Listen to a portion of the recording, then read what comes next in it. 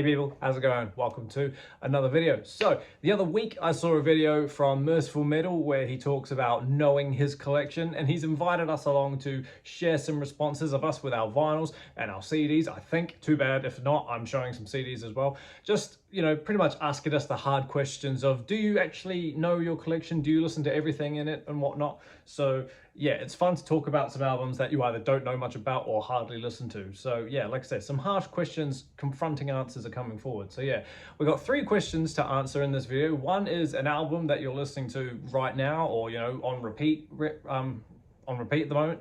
The second one is show 2 albums that you haven't listened to in a year. Now, just to clarify, that I read that as like full albums, right? So any one song that's taken from the album, and if you've only listened to that one song on repeat, then that doesn't count. It has to be the whole album. Do you know what I mean? So nothing from the album, not even a single song.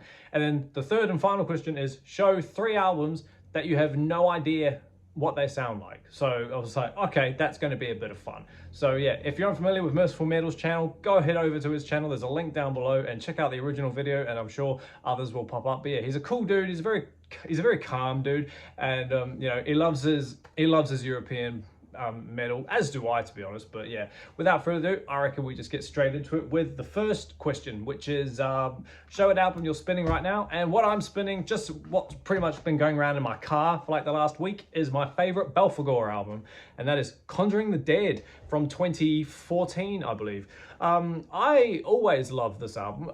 When I was getting into black metal and getting into hard, scary stuff, this band popped up first. Like, once you like, wow, I can't remember when, but well, I do actually. I remember it vividly. But when I was looking up who Baphomet was, these guys came up with their song Baphomet, which isn't actually on this album. But I found the song Conjuring the Dead, the title track, and I was like, good lord, what is this? And so I then went on a spiel to listen to them, and I still love Belphegor. I listen to them quite regularly. They're probably the harshest band that I listen to. And this album, I see a lot of people not ranking this like in the top 5, or, you know, I kind of get why compared to their other stuff, but this one just has a sweet spot for me because it's the first song more or less that I heard, and I was like, I love Conjuring the Dead, the title track.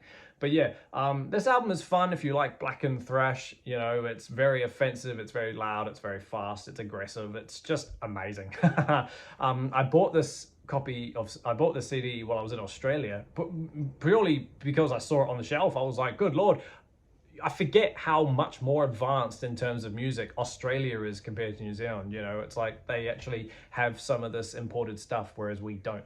So yeah, I grabbed that straight away. But yeah, I won't say I often spin this album, but when I do, it's always nice to hear it in full. Gas Mask Terror is awesome. Like I said, Conjuring the Dead is great. Blackwing Torment is fun. Legions of Destruction, Flesh, Blood, and Bone is awesome. It's got this Jaws, like, dunk, dunk, dunk, dunk, dunk, dunk riff in it. It's just great. And Lucifer Taker, that's a scary song. But yeah, if you like black and thrash, if you like loud, offensive, satanic music, go listen to that. Belphegor's Conjuring the Dead. Second question, show 2 albums that you haven't heard in a year. Like I said, in full. I've chosen a black metal album that I used to jam quite a lot, probably around the same time I was jamming Belphegor, and that is Wataine's Sworn to the Dark from 2007, I'm pretty sure. This album, from what I remember, is insane. I probably don't play it as often as I do because of how harsh and scary it is. If I had it on CD, I would probably jam it a lot more. But like the fact that it's probably up there with Belphegor in terms of like the scariest music that I have on my shelf, you know, to a point. You know, Burzum's on there as well, but is that scary? Who knows what I mean. This is like culty scary stuff. Do you know what I mean? It's not so scary in terms of like raw sound and whatnot, but the tone of it and just the evil, eerie vibe about it is just insane. If you haven't heard Sworn to the Dark, go listen to the title track for a start, and just, yeah, I love that song so much. I don't know why I haven't listened to this album in such a long time. But yeah, probably because of how scary it is now that I'm surrounded by people who don't like that stuff. But yeah, Legions of the Black Light, Satan's Hunger, just awesome stuff. My favorite song on here, Storm of the Antichrist on here, that's awesome. Sworn to the Dark, the title track, is probably my favorite. But what makes this album so eerie and evil and amazing is the final song, the closing song, Stellavore. Holy God. Do yourself a favor, turn off the lights, close your eyes, sit in the dark, and listen to that and try not to feel the presence of a dark entity. Honestly, that song is scary and haunting and just good God. Gives me chills talking about it, but it's actually insane. It's so good. It's just all about atmosphere, that song. If you like atmospheric black metal, go listen to that. It's not an atmospheric black metal song. This is no way an atmospheric black metal album, but just there's something about that song, Stellarfall, where it's just, oh, scary stuff, honestly. The Serpent's Chalice is great. Yeah, honestly, I know I'm due for a re-listen to this. It's been such a long time, but yeah. If you haven't listened to it, go listen to that. That's Wataine's Sworn to the Dark. So scary. And then another album that I haven't listened to in a year is Death's Human. I haven't listened to a lot of Death, to be honest. The most ones that I go back to are sort of like the songs from Leprosy and Spiritual Healing, you know, because those two are my top favorite albums of the band. But yeah, this one, I randomly watched my own Death ranking that I did about 2 years ago, just to kind of remind me where they, just because I was bored really, you know, just to see where I put them. And I chucked this one at number 3, but like funny enough, I don't remember a lot about it, you know, but I do remember Flattening Emotions being good. I remember it starting with tribal bongos stuff and whatnot. Together as One, Secret Face. It's a very, everything that could be wrong with a human. You know, that's sort of like the vibe we're going for, you know. Yeah, Flattening of Emotions, Suicide Machine, Together as One, you know, Secret Face, Lack of Comprehension. Cosmic Sea is a good song. I don't care what you say. I remember that. Vacant Plans. It's a good album. Like I say, I haven't heard it in a year, but like from what I do remember, it is a good time. If I put it on right now, I'd probably be like, okay, this is fun. But yeah, like it definitely deserves a lot more respect because I have it all the way up at number 3. But yeah, would it still sit at number 3 today? That's the question we ask ourselves. But yeah, if you haven't gone past Leprosy and you want something a bit more progressive, slightly a bit more technical, go check out Human. This is where the bands start to kind of steer away from just straight death metal, in my opinion, and then you get Individual Thought Patterns, which really changes it completely. But yeah, Death Human, it's a good album, and it needs to be played more from my perspective. So yeah, Death Human. And then the final question is, we've got 3 albums but we don't know what they sound like. So the first one that I've got is At the Gates' The Nightmare of Being. I'm pretty sure this is their most recent album from 2021. And I'm pretty sure I've only listened to it once. Why I bought it, I'm not sure. I blind bought this because I was in a vinyl shop and I wanted to buy something. I don't know why. I saw people put this in their top 10s of the year, so I was like, surely that's a good album. So I'm pretty sure that's why I picked it up.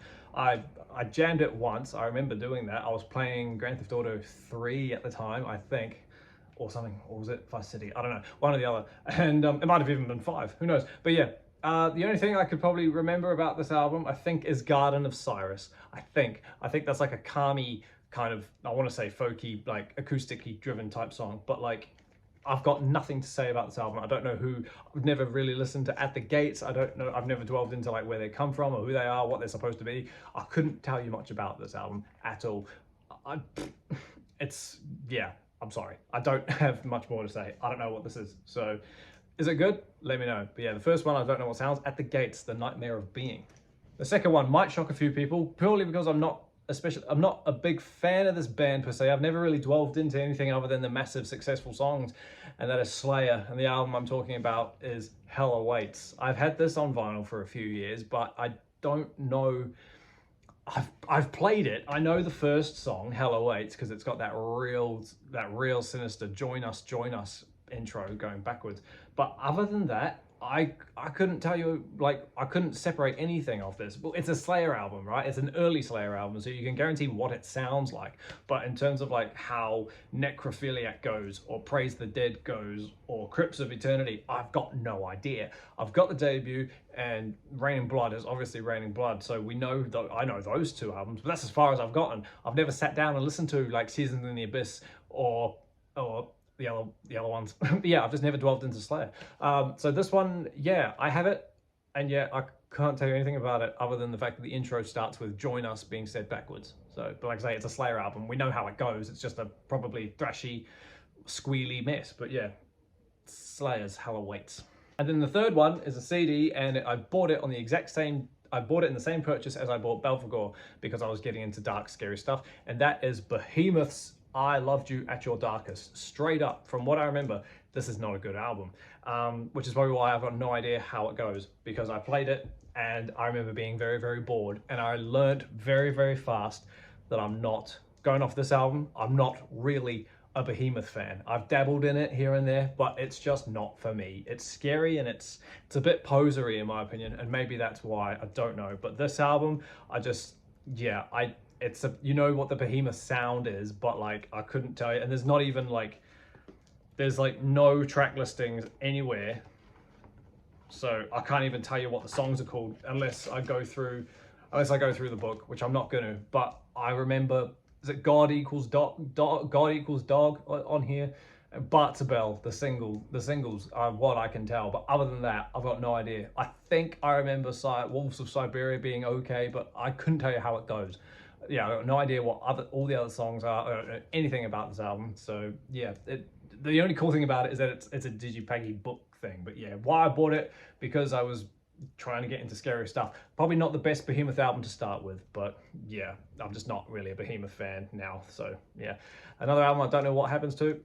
I Loved You at Your Darkest, Behemoth. Sweet as team, thank you so much for hanging out with me while I sit here and expose myself of albums that I own that I don't know what they sound like and all that other stuff. Like I said at the start, if you haven't checked out Merciful Metal's channel, go check him out and go check out some of his awesome content. He's just a vinyl collector, a very passionate one for his European metal. It's awesome fun. Thank you to everybody who subbed and got me over the 1,000 subscriber benchmark. I will have a video up about something to do with that soon. I just haven't figured out what I'm doing with it yet, so that'll come soon. But there'll be other stuff before that, probably, no doubt. Keep an eye out for the next video. Who knows what it'll be, but until that happens, everybody, stay inside, stay safe, don't jam Behemoth, and I'll see you all in the next video. See you later.